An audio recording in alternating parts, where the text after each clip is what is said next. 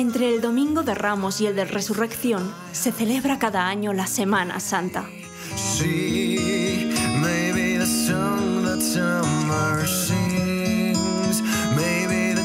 Hoy en día es un periodo en el que la población aprovecha para salir de vacaciones, pero hasta no hace demasiado tiempo eran fechas de recogimiento obligado.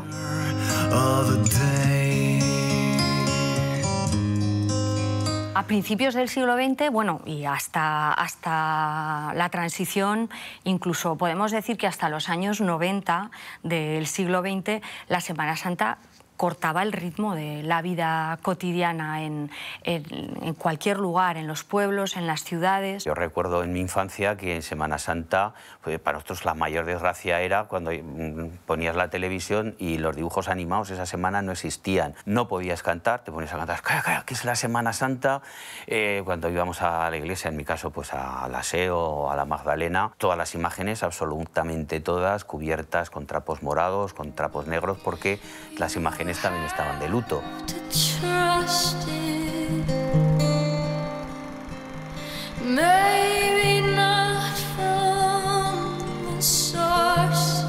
Y durante esos días no se podía representar obras de teatro, no se podía ir al cine. Yo recuerdo en algunas casas que incluso se consideraba mal encender el televisor. Lo que se veía en la televisión y en algunas salas de cine eran películas de lo que se denomina peplum o de historia sagrada, vinculadas a historias bíblicas. Entonces, claro, eso hacía que aunque estuvieras de vacaciones, el sentimiento de acongoje, pues realmente, aunque lo que se pretenda teóricamente desde el punto de vista católico sea pues la reflexión, la introspección, pues nosotros era realmente una época triste que solo alegraba las procesiones de Semana Santa.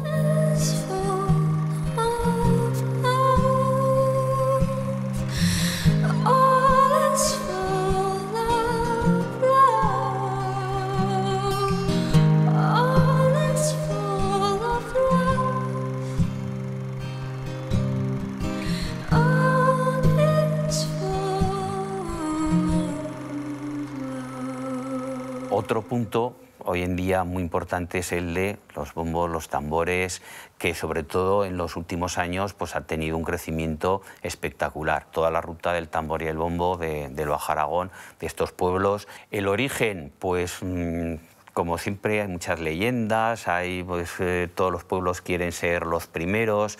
Y una de las cosas más curiosas que he oído, que fue un franciscano que, como precisamente no se podían tocar las campanas hasta la resurrección. Pero, ¿cómo llamaban en la Edad Media a la gente que fuera a misa? Si no daban un toque, la gente no tenía el reloj, no tenía cómo... Entonces, pues se le ocurrió que la manera podía ser tocar un tambor haciendo ruido. Hay quien dice que es por esto. Hay quien dice también que en algunos pueblos tenían la costumbre de salir con toda la cacharrería que se les pudiera ocurrir, sobre todo metálica, para protestar por todo lo que le hicieron a Jesucristo. Entonces su manera de protestar son los precursores de las caceroladas, me imagino. Y esto sí que está documentado. En el siglo XV el duque de Híjar dijo: esto no puede ser, esto es cada uno hace lo que quiere, esto es un desmadre, y precisamente encargó a los franciscanos que organizaran aquello. Don't you be out all night long, leaving me because I need your love. Lo más interesante de la Semana Santa y del uso de los tambores de Semana Santa en Calanda es lo que significan, que en el fondo es como... En el fondo y en la superficie, es como se abre la tierra.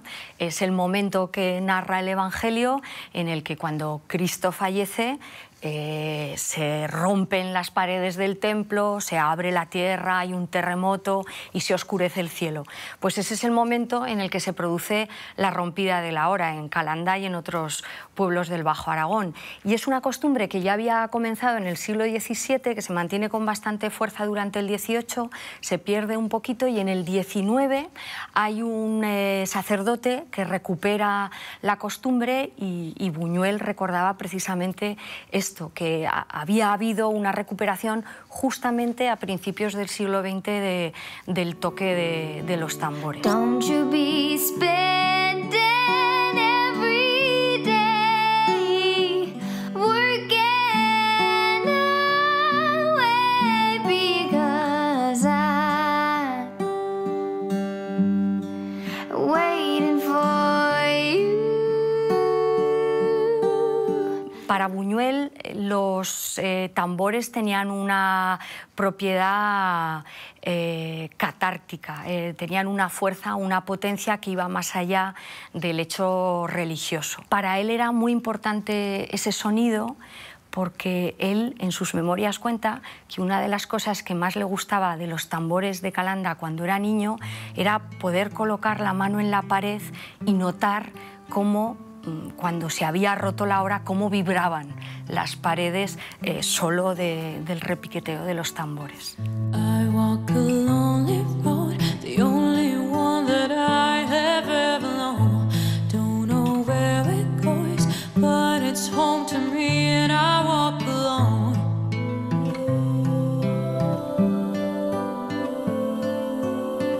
I walk this empty street on the boulevard of broken dreams. Buñuel contaba que había organizado en el año 1980 en Madrid una fiesta con unos amigos y había conseguido llevar algunos tambores de Calanda.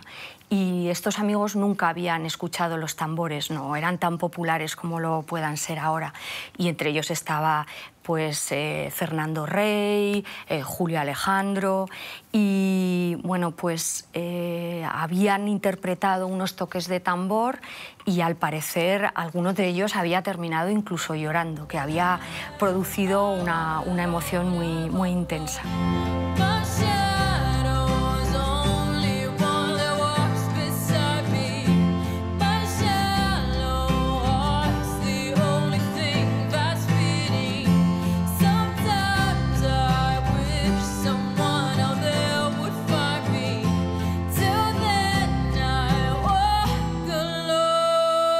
Y después de su fallecimiento, cuando en la Mostra de Venecia, del cine de Venecia, le homenajearon, se propuso, además se le propuso desde aquí, desde España, el poder ir, los de Calanda, a poder tocar pues, dentro de ese homenaje. If you think of me, if you miss me once in a while, then I'll return. Y como no podía ser menos, en aquel homenaje, en aquella retrospectiva que se le hizo en el año 1984 en el Festival de Venecia, estuvieron los tambores de Calanda. Pero esto no iba a ser así en un principio, realmente no estaba nada pensado. Desde la organización del Festival de Venecia no habían invitado a Aragón para que estuviera presente. Y curiosamente el gobierno de Aragón, como no había sido invitado, y el de México sí, aquí entramos con los piques, pues resulta que no puso un céntimo. Claro, ahora desplaza a 40 personas a Venecia, ellos iban a tocar gratis, por supuesto, pero claro, hay que pagar el viaje, la manutención, tienen que ir con todos sus aparejos. Y por este motivo, desde el Ayuntamiento de Calanda, junto con el Ayuntamiento de Zaragoza, la Diputación Provincial de Zaragoza y la Diputación Provincial de Teruel, que facilitaron que 40 personas pudieran viajar desde Zaragoza hasta Venecia para que los tambores de Calanda sonaran en la mostra, pues se consiguió darle un homenaje completo a Luis Buñuel. Sweet creature, had another talk about where it's going wrong, but we're still young. We don't know where we're going, but we know where we belong. Claro, lo alucinante fue encontrarse a 40 señores con bombos y tambores por Venecia, tocando como si estuvieran en plena rompida de la hora, pues tocando unas palilleras, tocando unas calandinas.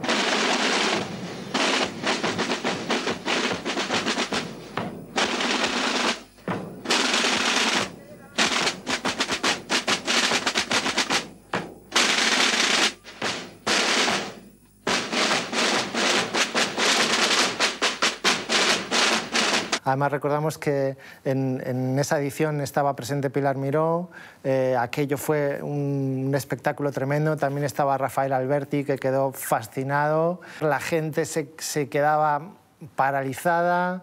Luego quisieron entrar al Hotel Excelsior, donde estaban pues, todos los invitados, no les dejaban porque iban vestidos con las túnicas, pero pues, bueno, se pusieron ya en mangas de camisa, les dejaron entrar y estuvieron allí compartiendo una velada fantástica, cantando jotas y poniendo a Buñuel por todo lo alto. Dinos qué te ha parecido, qué te recuerda, qué te evoca todo esto y una impresión general sobre este acontecimiento. Impresionada y emocionada. Yo creo que la iniciativa que habéis tenido me parece maravillosa. Creo que Buñuel, si se entera de lo que está pasando aquí, o se agarraría un cabreo de muerte, y por otra parte estaría muy orgulloso y encantado, y casi yo creo que, a pesar de lo poco amigo que era él de estar en este tipo de acontecimientos, estoy segura de que hoy se emocionaría de estar aquí.